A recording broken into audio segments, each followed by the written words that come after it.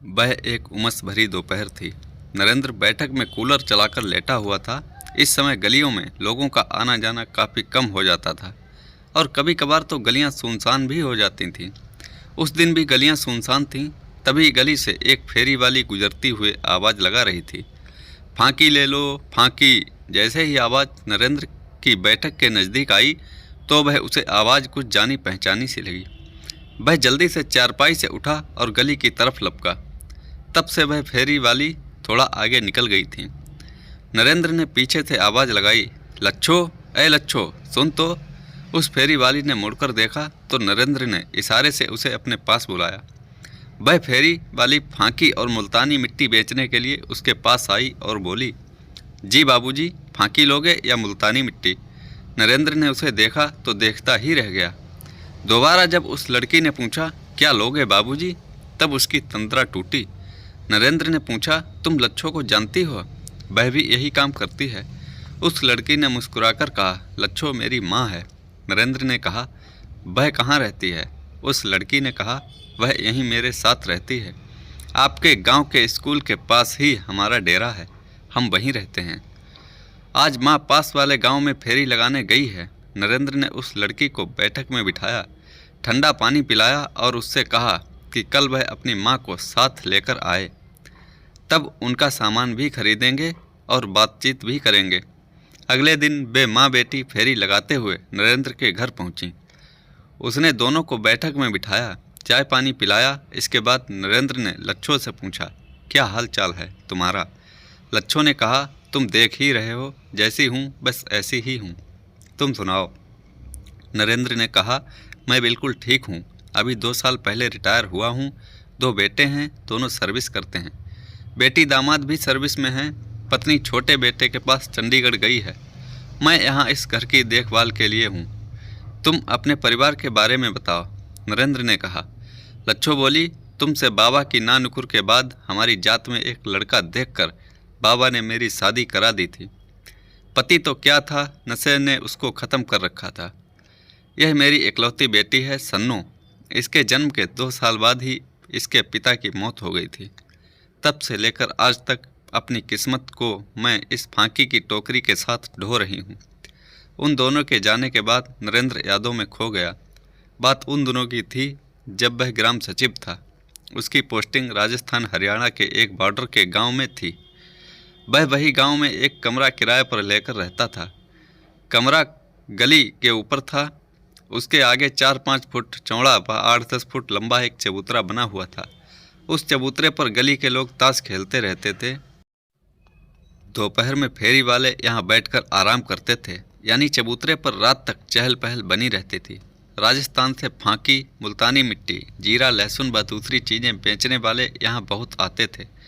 कड़तुम्बा, काला नमक, जीरा वगैरह के मिश्रण से वे लोग फांकी तैयार करते थे, जो पेट दर्द, गैस, बदहजमी जैसी बीमारियों के लिए इंसानों व पशुओं के लिए बेहद गुणकारी साबित होती है। उस दिन भी गर्मी की दोपहर थी। फेरी वाली गांव में फेरी लगाकर कमरे के बाहर चबूतरे पर आकर आराम कर रही थी। उसने किवाड़ की सांकल खटकाई। नरेंद्र ने दरवाज़ा खोलकर देखा कि 18-20 साल की एक राजस्थानी लिबास में लड़की चबूतरे पर बैठी थी। नरेंद्र ने पूछा, क्या बात है? उसने मुस्कुराकर कहा, बाबूजी प्यास लगी है, पानी तो देना। नरेंद्र ने मटके से उसको पानी पिलाया था। पानी पीकर वह कुछ देर वहीं बैठी रही। नरेंद्र उसके गठीले बदन के उभारों को देखता रहा। वह लड़की उसे बहुत खूबसूरत लगी थी। नरेंद्र ने उससे पूछ लिया, तुम्हारा नाम क्या है? उसने कहा था, लच्छो। तुम लोग यहाँ कहाँ रहते हो? नरेंद्र के यह पूछने पर उसने कहा था, बाबूजी हम खाना बदोश हैं, घूम घूम कर अपनी गुजर बसर करते हैं। अब कई दिनों से यहीं गांव के बाहर डेरा है, पता नहीं कब तक यहाँ रह पाएंगे। समय बिताने के बहाने नरेंद्र लच्छो के साथ काफ़ी देर तक बातें करता रहा था। अगले दिन फिर लच्छो चबूतरे पर आकर बैठ गई। वे फिर बातचीत में मसरूफ़ हो गए। धीरे धीरे बातें मुलाकातों में बदलने लगीं। लच्छो ने बाहर चबूतरे से कमरे के अंदर की चारपाई तक का पूरा सफ़र तय कर लिया था। दोपहर के वीरानेपन का उन दोनों ने भरपूर फ़ायदा उठाया था। अब तो उनका एक दूसरे के बिना दिल ही नहीं लगता था। नरेंद्र अभी तक कुंवारा था और लच्छो भी। वह कभी कभार लच्छो के साथ घूमने चला जाता था। लच्छो उसे प्यारी लगने लगी थी, वह उससे दूर नहीं होना चाहता था। उधर लच्छो की भी यही हालत थी। लच्छो ने अपने माता पिता से रिश्ते के बारे में बात की। वे लगातार समाज की दुहाई देते रहे और टस से मस नहीं हुए। गांव के सरपंच भी दबाव बनाने को कहा। सरपंच ने उनको बहुत समझाया और लच्छो का रिश्ता नरेंद्र के साथ करने की बात कही, लेकिन लच्छो के पिताजी नहीं माने। ज़्यादा दबाव देने पर वे अपने डेरे को वहाँ से उठाकर रातों रात कहीं चले गए। नरेंद्र पागलों की तरह मोटरसाइकिल लेकर उन्हें एक गांव से दूसरे गांव ढूंढता रहा, लेकिन वे नहीं मिले। नरेंद्र की भूख प्यास सब मर गई। सरपंच ने बहुत समझाया, लेकिन वे नहीं माने। बस हर समय लच्छो की ही तस्वीर उनकी आंखों के सामने छाई रहती। सरपंच ने हालत भांपते हुए नरेंद्र की बदली दूसरी जगह करा दी और उसके पिताजी को बुलाकर सब कुछ बता दिया। पिताजी नरेंद्र को गांव ले आए। वहां गांव के साथियों के साथ बातचीत करके लच्छो से ध्यान हटा तो उनकी सेहत में सुधार होने लगा। पिताजी ने मौका देखकर उसका रिश्ता तय कर दिया और कुछ समय बाद शादी भी करा दी। पत्नी के आने के बाद लच्छो का बचा हुआ नशा भी काफूर हो गया था। फिर बच्चे हुए तो उनकी परवरिश में वह ऐसा उलझा कि कुछ याद ही नहीं रहा। आज 35 साल बाद सन्नों की आवाज़ ने उसके रंग रूप में नरेंद्र के मन में एक बार फिर लच्छो की याद ताज़ा कर दी। आज लच्छो से मिलकर नरेंद्र ने आंखों आंखों में कितने गिले शिकवे किए। लच्छो व सन्नो चलने लगी तो नरेंद्र ने कुछ रुपए लच्छो की मुट्ठी में टोकरी उठाते वक्त दबा दिए और जाते जाते ताकीद भी कर दी कि कभी भी किसी चीज़ की ज़रूरत हो तो बेधड़क आकर ले जाना या बता देना, वह चीज़ तुम तक पहुंच जाएगी। लच्छो का भी दिल भर आया था।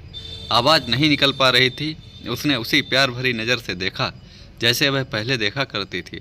उसकी आंखें भर आई थीं। उसने जैसे ही हाँ में सिर हिलाया, नरेंद्र की आंखों से भी आंसू बह निकले। वह अपने पहले की ज़िंदगी को दूर जाता देख रहा था और वह जा रही थी। तो दोस्तों, लाइक करना ना भूलें। धन्यवाद।